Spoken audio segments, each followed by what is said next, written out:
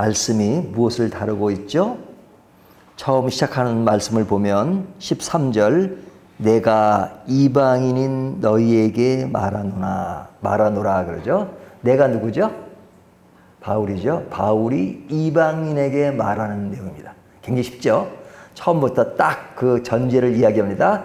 내가 바울이 이방인에게 말하노라. 그러니까 뒤에 나오는 내용은 바울이 이방인들에게 하는 이야기예요. 이방인이 누구죠? 유대인을 제외한 사람들이 이방인이죠.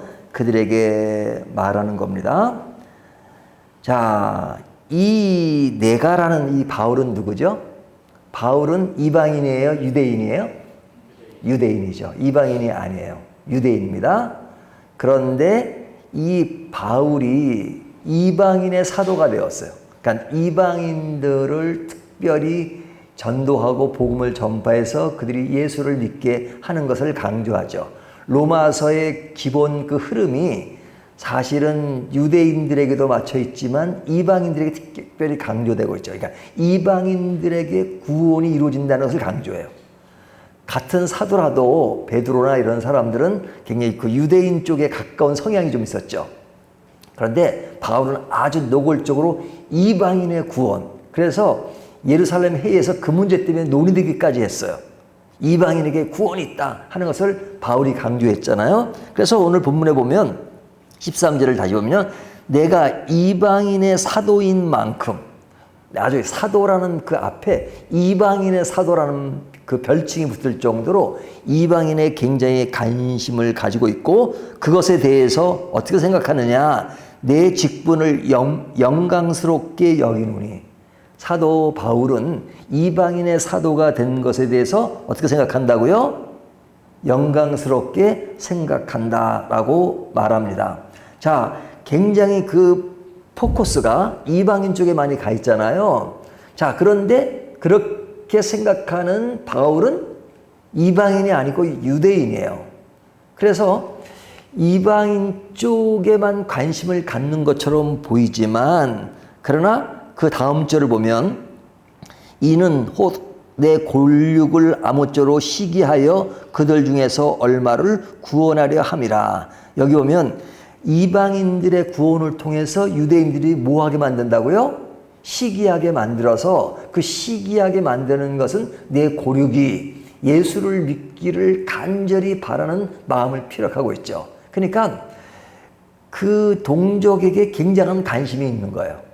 굉장한 관심이 있는 거죠. 그러니까 이방인의 사도지만 그렇다고 유대인들을 무시하는 게 아니에요. 굉장히 가깝게 여겨요. 그래서 우리가 로마서를 보면 1장부터 8장까지는 기본 교리를 다뤄요. 하지만 9장부터 11장, 로마서 16장까지 있는 것 중에서 9장, 11장, 11장은 뭐에 대해서 많이 관심을 두고 이야기해요? 선택인데 특별히 그 가운데는 그 유대인들의 관련한 이야기가 굉장히 많아요. 그러니까 유대인이 선택되어지기를 간절히 바라는 사도 바울의 마음을 담고 있잖아요.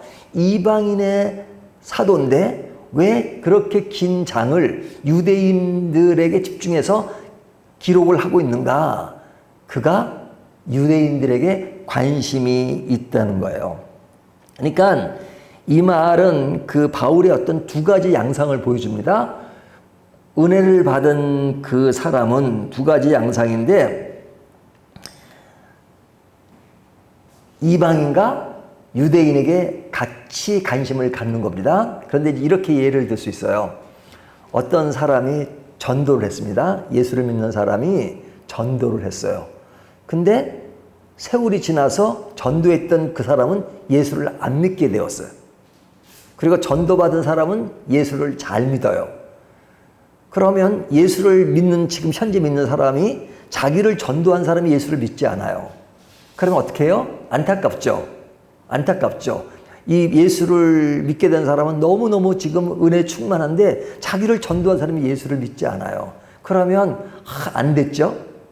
하지만 또 저 사람이 안 믿기는 너무 안타까우면서 예수를 믿기를 바라는 마음, 지금 그 마음이 사도 바울의 마음이에요. 그러니까 그런 예들이 굉장히 많죠. 저 같은 경우도 저 신학교 다닐 때 어떤 여학생이 들어왔습니다. 나이가 조금 든 여학생인데 그 현직 간호사였어요. 근데 그냥 그 간호사 휴학이 아니라 임시 중지를 하고 그리고 학교 들어와서 공부한다고 왔어요. 근데 엄청 열심히더라고요. 그 UBF 출신인데 굉장히 열심히 해요. 그래갖고 그 수업 끝나면 신학생들 끌어 모아가지고 그냥 성경 공부를 가르치고 아주 열정해서 야, 참 뭐 저 사람은 학생으로 왔나 교수로 왔나 할 정도로 굉장히 열심히 했어요. 그래서 그 인상이 잊혀지지가 않아요. 근데 이제 다들 신학교를 졸업하고 제가 이제 어느 그 교회 강사로 갔습니다. 수련회 강사로 갔는데 그 교회가 워낙 큰 교회니까 수양의 장소로 굉장히 큰 데를 얻었는데 그 큰 홀이다 보니까 거기에 이제 의료시설이 다 돼 있는 곳이에요. 그래서 간호사들도 있고 그 안에 이제 병원도 있고 다 그래요. 근데 이제 복도를 지나가는데 이제 간호사 두 사람이 복도를 이렇게 지나오더라고요. 근데 어서 많이 보던 사람이에요. 근데 그쪽도 저를 보고 이렇게 서로 누군가라고 이렇게 하다가 보니까 생각이 난 거예요. 신학교 동기인 거예요. 그래서 제가 동기 그랬어요. 그랬더니 갑자기 옛날에는 그 간호사들 이렇게 캡을 썼잖아요. 머리에. 간호사 이렇게 딱. 갑자기 휘 옆에 간호사가 또 있었거든요. 왜 그런지 몰랐어요. 그들이 하는 말이 내가 여기 강사로 왔다니까 나중에 찾아뵙겠다고 그러더라고요. 그리고 이제 며칠 거기 있었는데 그중에 하루 이렇게 착 찾아왔더라고요. 근데 제가 놀라운 얘기를 들었는데 뭐냐면 자기는 신앙을 떠났대요. 예수를 안 믿는데요. 그래서 제가 너무너무 놀란 거예요. 신학 공부를 하고 그 당시에 그렇게 열심으로 사람들을 가르친다고 했던 사람이 신앙을 떠났다는 것은 이게 감당할 수 없을 정도의 충격이었어요. 야, 그럴 수도 있구나 라는 생각이 들었습니다. 또 한 예가 있는데 그 수련회 장소였어요. 수련회 장소인데 이제 이렇게 이제 복음성가를 부르잖아요. 부르는데 제가 이제 그 중간에 어떤 찬양을 부르자고 이렇게 제안을 했어요. 찬양 인도자가 있었으니까. 그랬더니 어떤 청년 한 사람이 손을 들더라고요. 목사님, 이 찬양을 안 했으면 좋겠습니다. 그러더라고요. 왜요? 그랬더니 자기가 이 찬양을 작곡, 작사한 사람을 너무너무 잘한대요. 근데 이 사람이 작곡, 작사를 했지만 지금은 예수를 믿지 않는다는 거예요. 지금은. 이 찬양이 너무너무 알려진 유명한 찬양인데 이 찬양을 통해서 많은 사람들이 찬양을 하고 지금도 부르고 있는데 이 사람은 정작 예수를 안 믿는다는 거예요. 그러니까 이 찬양을 부르서는 안 된다는 거예요. 그래서 이 찬양을 불러야 되는지 안 불러야 되는지 그거를 질문도 하고 그러더라고요. 그러니까 그런 충격을 그때 받은 적이 있습니다. 자, 지금 두 가지 예를 들었는데 이 충격이 지금 사도 바울이 갖는 마음이에요. 사도 바울이 갖는 가. 유대인들은 자기의 동족이에요. 하지만 구원과는 거리가 먼 거예요. 그러니까 이것에 대한 마음의 아픔이 있기 때문에 어떻게 해서든지 이 동족이 구원받기를 간절히 바라는 마음이 있어요. 자, 그렇다면 이렇게 된 상, 이방인들에게 구원이 있고 유대인들에게 구원이 없는, 물론 유대인 전체가 구원이 없다는 얘기 아닙니다. 그렇게 그들의 기본적인 그 생각이 그런 것이라면 구원에 영향을 미쳤던 그들의 모습은 어떤 것인가 하는 거예요. 오늘 본문은 그것을 강조합니다. 자, 조금 전에 예를 들었던 것처럼 성경 공부를 가르치던 사람이 지금은 믿지 않았어도 그때 가르친 그 사실은 분명하다는 거예요. 자, 중요합니다. 지금은 믿지 않지만 지금 믿지 않는다고 해서 그때 그가 가르치고 전도했던 것이 무의미한 것이냐? 아니요. 그때 그 사건은 분명하다. 왜? 그것을 통해서 지금 믿고 열심히 신앙생활하는 사람 있잖아요. 그런데 그때 그 사실은 분명하다 하는 거죠. 아까 말한 복음성가를 작곡, 작사한 사람은 지금은 믿지 않아도 그 복음성가를 굳이 안 부를 필요가 없죠. 왜? 그때 그가 작곡, 작사할 때는 굉장히 그 충만한 가운데 되어진 것이기 때문에 그때 상황은 분명하다 이거죠. 지금 믿지 않을 뿐이라 이거죠. 그러니까 지금 사도 바울이 이야기하는 것이 겁니다. 유대인들이 그들이 어떤 신앙의 원조처럼 되어 있는 것은 무시할 수 없다. 그 말이 15절과 16절이에요. 좀 말이 좀 어려워요. 그들을 버리는 것이, 이 그들은 유대인이에요. 버리는 것이 세상의 하목이 되거든. 유대인들을 통해서 그들이 버려졌지만 그들을 통해서 하목되는 그런 것들은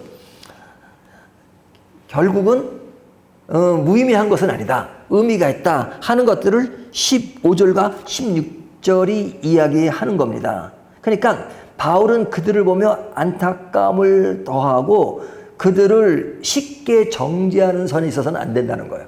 이방인이지만 그들이 과거에 했었던 그 하나님이 이스라엘 백성을 통해서 구약의 어떤 흐름을 이루고 그곳에서 많은 선지자들이 나오고 하는 그것이 무시될 수 없다는 거예요. 지금 이방인들이 구원을 얻고 유대인들이 구원과 거리가 먼 상황이 있다서 그 모든 과거의 역사나 이런 것이 없어지는 건 아니다. 그 사실은 분명히 존재하는 것이다 하는 것을 이야기하는 겁니다. 그러면 이방인들은 그들을 보며 어떤 자세를 가져야 되는가 하는 것이 오늘 본문의 핵심 내용이에요. 바울이 이방인에게 말한다 하면서 너희가 유대인들을 어떻게 생각해야 되느냐 하는 겁니다. 그래서 그 관계를 뭐로 비유하냐면요. 뒤에 나오는 17절부터 마지막 24절까지 내용은 그 하나의 비유로 이야기합니다. 그 비유가 뭐냐면 참 감람나무와 돌 감람나무 이렇게 예를 듭니다. 이 참 감람나무라는 것은 이렇게 말하기가 좀 어렵죠. 여러분 올리브 기름이 많이 드시죠? 올리브 나무가 감람나무예요. 올리브 나무 이게 참 아주 올리브 나무가 열매를 맺는 게 쉬운 게 아니랍니다. 시간도 많이 걸리고 그래서 아주 그 열매를 내고 기름을 짜서 올리브 기름을 제공하잖아요. 이것이 참 감람나무예요. 근데 야생 올리브 나무가 있어요. 야생 올리브 나무. 그것은 그냥 열매를 맺어도 그냥 기름이 별로 시원치도 않고 열매도 시원치 않아요. 이것이 돌 감람나무예요. 야생 올리브 나무. 이것이 돌 감람나무고 참 감람나무는 그냥 열매도 아주 좋고 그것에 기름을 짜면 아주 기름이 두텁고 하는 것입니다. 그런데 이 두 개를 사도 바울은 뭐로 비유하냐면 참 감람나무를 유대인으로 비유하고 있고 돌 감람나무를 이방인으로 비유하고 있습니다. 그러니까 이 두 가지 비유인데 지금 이방인들이 구원 얻은 사건을 이야기잖아요. 어떻게 구원 얻느냐? 접붙임을 했다 이거죠. 그러니까 참 감람나무에게 돌 감람나무를 접붙임을 해서 그 참 감람나무의 뿌리의 액을 지금 접붙임을 한 돌 감람나무가 불려서 거기서 열매를 맺었다는 거예요. 원래 농부들은 반대라고 얘기합니다. 이게 지금 반대로 이제 돌 감람나무, 참 감람나무를 해야 되는데 지금 바울은 지금 뿌리를 강조하기 위해서 지금 이렇게 얘기하고 있는 겁니다. 그러니까 이 뿌리, 그러니까 뿌리는 튼튼해요. 근데 지금 이게 좀 허해져가지고 가지가 다 망가지고 다 그랬어요. 그래서 돌 감람나무를 해서 그것으로 통해서 돌 감람나무 열매를 잘 못 맺잖아요. 하지만 참 감람나무의 진액을 받아서 그것이 참 열매를 맺는 것. 이것이 누구라고요? 이방인이다 이거죠. 그러니까 이방인들이 지금 많은 구원의 열매를 맺는 것은 그런 참 감람나무의 뿌리에서 나오는 진액을 통해서 지금 열매를 맺고 있다 하는 거죠. 그러니까 17절이 그 얘기입니다. 그러기 때문에 이방인들은 뭐 하지 말라고요? 18절을 보면요. 그 가지들을 향하여 자랑하지 말라. 자랑할지라도 내가 뿌리를 보존하는 것이 아니요 뿌리가 너를 보존하는 것이니라. 그러니까 이방인들이 자랑하지 말라. 네가 지금 뿌리 이후에 가지가 돼서 풍성한 것이 있다 하더라도 그 뿌리가 너를 보존하는 것이다. 내가 뿌리를 보존하는 것이 아니라 뿌리가 너를 보존하는 것이다. 그러니까 교만해서는 안 된다는 거죠. 자랑하지 말고 교만하지 말고 교만은 금물이다 하는 겁니다. 그러니까 사도 바울은 그 이야기를 하면서 이 참 감람나무가 뿌리는 유지하고 있지만 가지가 허해진 것들이 있는데 그래서 열매도 못 맺는데 돌 감람나무가 접붙임을 해서 이게 열매를 맺는다면 또 참 감람나무는 감사를 해야죠. 참 감람나무는. 그 돌 감람나무에 접붙임을 통해서 살아났으니까, 가지가 살아났으니까 감사를 해야 되는데, 그들이 감사하지 못한다면 진짜 불행한 것이죠. 그러니까 지금 이야기는 너희들이 하나님을 외면했을 때 너희는 뿌리가 있지만 그러나 가지가 허해서 그냥 망가져 있는 상태다. 그러니까 이것을 사도 바울은 버렸다고 얘기해요. 하나님 그렇게 버릴 수도 있다. 그러니까 하나님이 참 감람나무를 이렇게 버릴 수 있다면 이방인인 돌 감람나무도 유대인처럼 버릴 수가 있다. 그러니까 두려운 마음을 가져라 이거. 두려운 마음을 가져라. 그러니까 두려운 마음을 가지고 있으면서 그리고 그 뿌리가 유대인에게 있기 때문에 너희는 겸손해야 된다. 자랑하지 말라 하는 그 두 가지 핵심을 오늘 본문에 얘기하는 겁니다. 그러면서 사도 바울이 간절히 바라는 것이 뭐냐면 이방인도 이런 접붙임으로 구원을 받았다면 유대인들은 뿌리를 가지고 있으므로 더욱 쉽게 예수를 믿을 수 있는 가능성이 너희들에게 있지 않느냐. 그러니까 사도 바울은 간절히 유대인들이 돌아오기를 바라는 마음을 피력하고 있는 겁니다. 그러니까 처음에 전제가 뭐예요? 14절 이는 혹 내 골육을 아무쪼록 쉬게 하여 그들 중에서 얼마를 구원하려 함이라. 얼마를 다는 아닐지라도 소수의 유대인이라도 그들이 구원되기를 간절히 바라는 마음, 그것을 앞에 전제하고 24절에 오면 내가 원 돌 감람나무에서 지킴을 받고 본성을 거슬려 좋은 감람나무의 접붙임을 받았으니 원 가지인 이 사람들이야 얼마나 더 자기 감람나무의 접붙이심을 받으랴. 그러니까 그들도 간절히 믿게 되는 그런 바람을 이야기하고 있는 거죠. 그렇기 때문에 옛날에 믿었던 사람인데 믿지 않았던 사람들 주변에 보면 교회도 안 나가지만 나 미션 스쿨에 다녔어. 우리 집안은요 목사가 몇 명 있고요. 그리고 우리 집안은 진짜 예수 믿는 사람이 많아요. 본인은 정작 믿지 않아. 그런 사람들 보면 안 됐잖아요. 그러니까 안 된 마음이 사도 바울 같은 마음입니다. 하지만 그 사람들이 언제 돌아설지 몰라요. 그러니까 그 돌아오기를 간절히 바란 마음을 지금 마지막 24절에 유대인들에게 바랬던 그 마음을 피력하고 있는 거죠. 우리들도 그들을 보면 그들이 다시 돌아오기를 바라는 마음. 옛날에 보면은 장로교의 그 뿌리 역할을 했던 어거스틴이라는 분이 계십니다. 그분은요 아주 개망난이었어요. 개망난. 예? 그저 아주 모든 것이 근데 그 어머니가 엄청 기도를 많이 했어요. 근데 나이가 30이 넘고 그래도 그냥 완전 방탕한 생활을 했어요. 근데 그 사람이 나이가 들어가지고 돌아와가지고 어떤 장로교의 어떤 기본 뿌리를 만든 어거스틴을 통해서 칼빈이 나오고 이런 인물이에요. 하지만 그 사람의 젊은 시절을 보면 도대체 가능성이 안 보였던 사람이거든요. 하지만 그의 어머니의 기도가 끊임없이 자식을 위해서 기도했던 것이 불가능했던 것처럼 보인 것처럼 지금 바울의 기도가 그런 겁니다. 유대인들 중에서 돌아오기를 간절히 바라는 마음. 그렇다면 우리 주변에도 그런 사람이 얼마나 많아요? 참 저는 주변에 보면 이런 사람이 있어요. 그냥 그 남편은 예수를 믿어가지고 믿지 않는 아내를 얻었어요. 그래가지고 반대가 심하고 그랬거든요. 근데 그런 집안이 반대가 되는 집안도 있어요.